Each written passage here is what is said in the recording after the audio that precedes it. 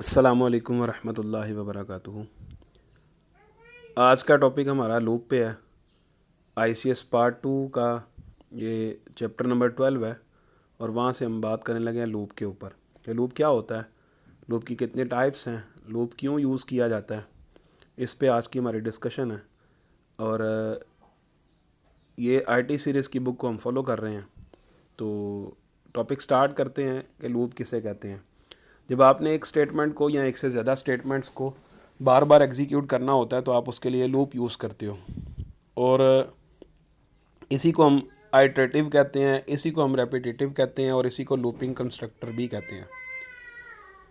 तो loop use करने का बेसिक मकसद क्या है, इसको हम एक एग्जांपल से समझते हैं। फ़र्ज़ करें आपने जो है वो पाकिस्तान प्रिंट करवाना है और ये 5 टाइम प्रिंट करवाना है, तो इसका मतलब आपको 5 टाइम लिखना पड़ेगा print F Pakistan, print F Pakistan, print F Pakistan, ये 5 टाइम लिखना पड़ेगा। तो ये तो काम बहुत लेंथी हो जाएगा। अगर ये फ़र्ज़ करें 1000 टाइम आपको ये काम लिखना पड़े तो आपको 1000 टाइम फिर प्रिंट एफ पाकिस्तान लिखना पड़ेगा।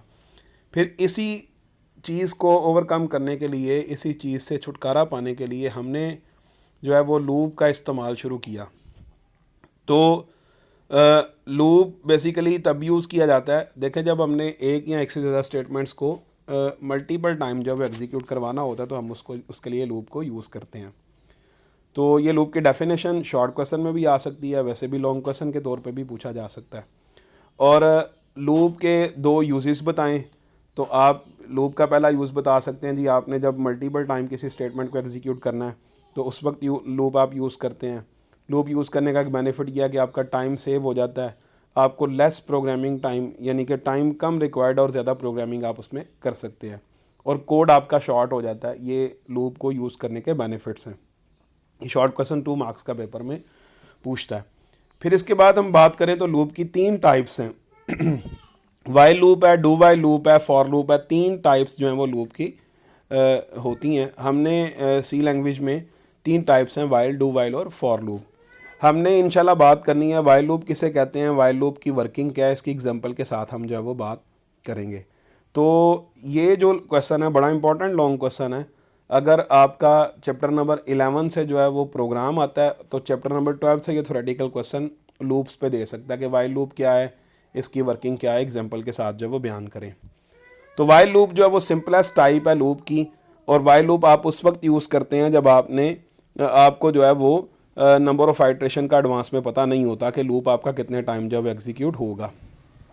तो ये आपने डेफिनेशन लिखने के बाद आपके सामने ये वाइल कंडीशन स्टेटमेंट्स वगैरह ये सारी काट दें और नीचे लाइन में लिखा हुआ है the syntax of while loop with computed statement is as follows. तो ये आपने जो है यहाँ से आपने इसका सिंटैक्स लिखना है।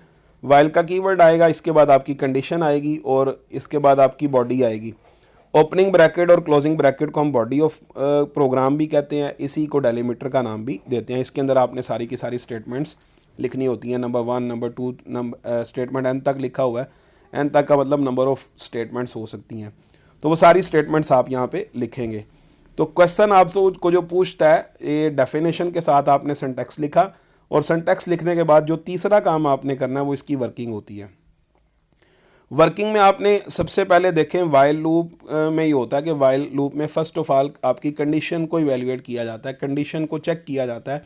अगर आपकी कंडीशन ट्रू होती है तो आपका कंट्रोल लूप की बॉडी के अंदर आता है, इन करली ब्रेसिस के अंदर आपका लूप आता है और फिर आके इसके अंदर जितनी स्टेटमेंट्स लिखी होती हैं उन स्टेटमेंट्स को एग्जीक्यूट करता है और एग्जीक्यूट करने के बाद आपका इंक्रीमेंट और डिक्रीमेंट किया जाता है।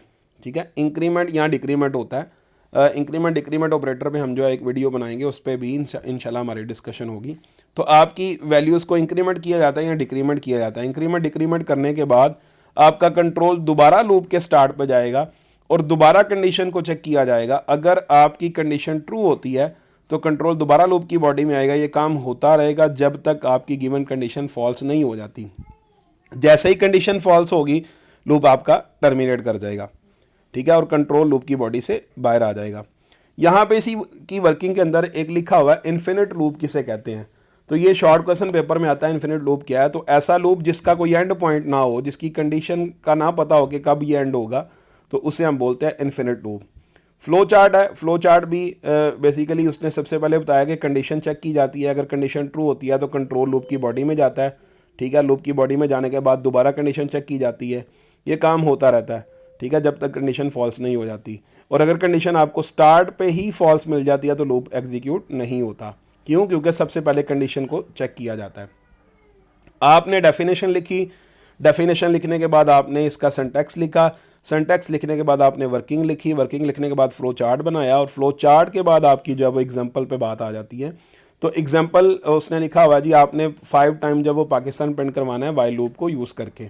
तो किस तरह से हम जो है वो इसको प्रिंट करवा सकते हैं? तो आप देखें ये नॉर्मल आपका जो बेसिक स्ट्रक्चर होता है, हेडर फाइल्स आपने लिखी हुई हैं, मेन फंक्शन लिखा है, मेन फंक्शन की बॉडी के बाद आपने एक वेरिएबल डिक्लेयर किया है जिसको आपने कहा है इंट n, और n की वैल्यू उसने क्या रखी है 1। 1 इसलिए रखी है क्योंकि आपने 1 से 5 तक जो है वो प्रिंट करवाना है, इसलिए आपने उसकी वैल्यू 1 रखी है। क्लियर स्क्रीन फंक्शन यूज़ किया है, उसके बाद वाइल की बॉडी है और कंडीशन लगाई हुई है n less than equal to 5। अब n की वैल्यू है 1, 1 less than equal to 5, condition true हो जाएगी, कंट्रोल लूप की बॉडी में आएगा और यहाँ पे पाकिस्तान प्रिंट करेगा और n में प्लस प्लस कर देगा, ठीक है। प्लस प्लस क्यों कह रहे हैं? 1 से लेके 5 तक जाना है, तो प्लस प्लस करेंगे तो जब ये प्लस होगी तो एक नंबर से इसकी वैल्यू इंक्रीज़ हो जाएगी, इसकी वैल्यू हो जाएगी 2।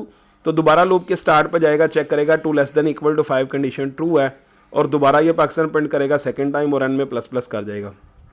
अब जब प्लस प्लस करेगा तो n की वैल्यू हो जाएगी 3, 3 less than equal to 5, condition true, Pakistan print करेगा। इस तरह ये 5 टाइम प्रिंट करने के बाद जब n की वैल्यू हो जाएगी 6, n में 5 के बाद n की वैल्यू होगी 6, 6 less than equal to 5, condition false हो जाएगी, ठीक है, और लूप आपका टर्मिनेट कर जाएगा।